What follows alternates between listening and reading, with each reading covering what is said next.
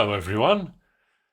Good afternoon, or good morning, or good evening, wherever you might be.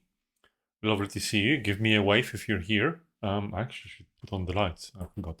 Um, Hopefully, this is slightly better. So, today I wanted to talk about assumptions. If you're making assumptions, give me a wave on the stream so we can talk about the assumptions you're making.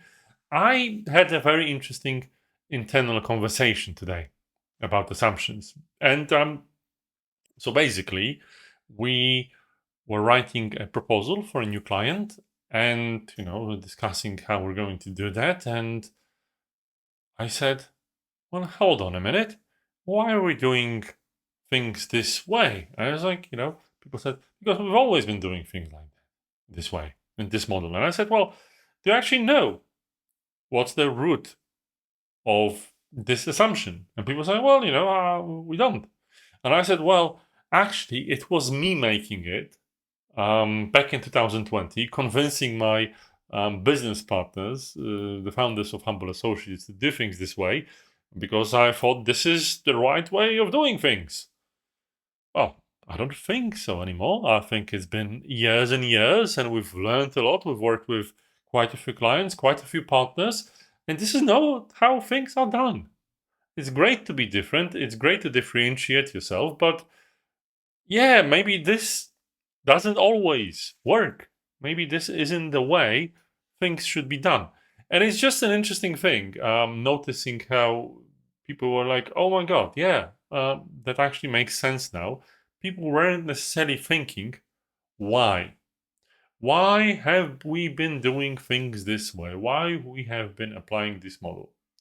There's like a famous fake experiment with monkeys. I think it's called like an 8 monkey experiment. It's thankfully fake because it's cruel about monkeys beating each other, which did not happen.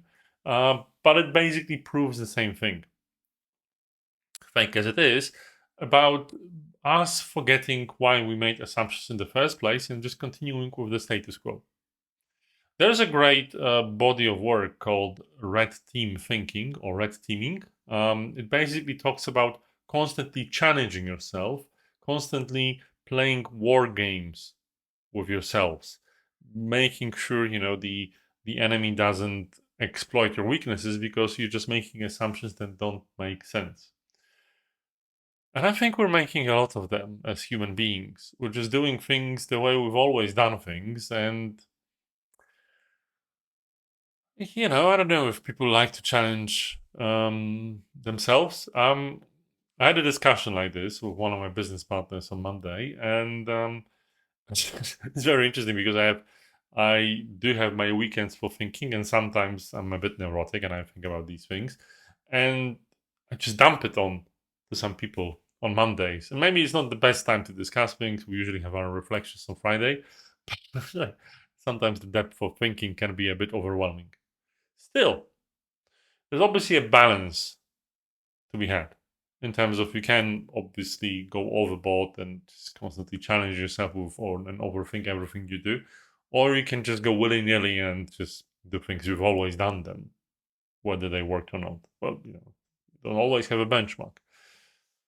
It's not what I usually say to be balanced, but what I see is people usually going the way of just going with what they always done, what they know. And sometimes the root of the assumption is nonsensical. I think I would refer to the conversation we had yesterday, and it's a similar aspect. Why? Can ask this question a bit too many times. Us as coaches, as change practitioners, as agile experts, probably should do it a bit more than everyone else is. So I'll leave you with this, with a question why, and if you're interested, we actually have a Agile 101 that explores this question happening on the 11th of September. But until then, I'll see you in the next Coach on the Rocks. Or maybe today on Agile Leadership, humble.associates/Agile Leadership, or the Humble Associates profile for our wonderful live show on leadership and agility. See you on one of these. Bye-bye.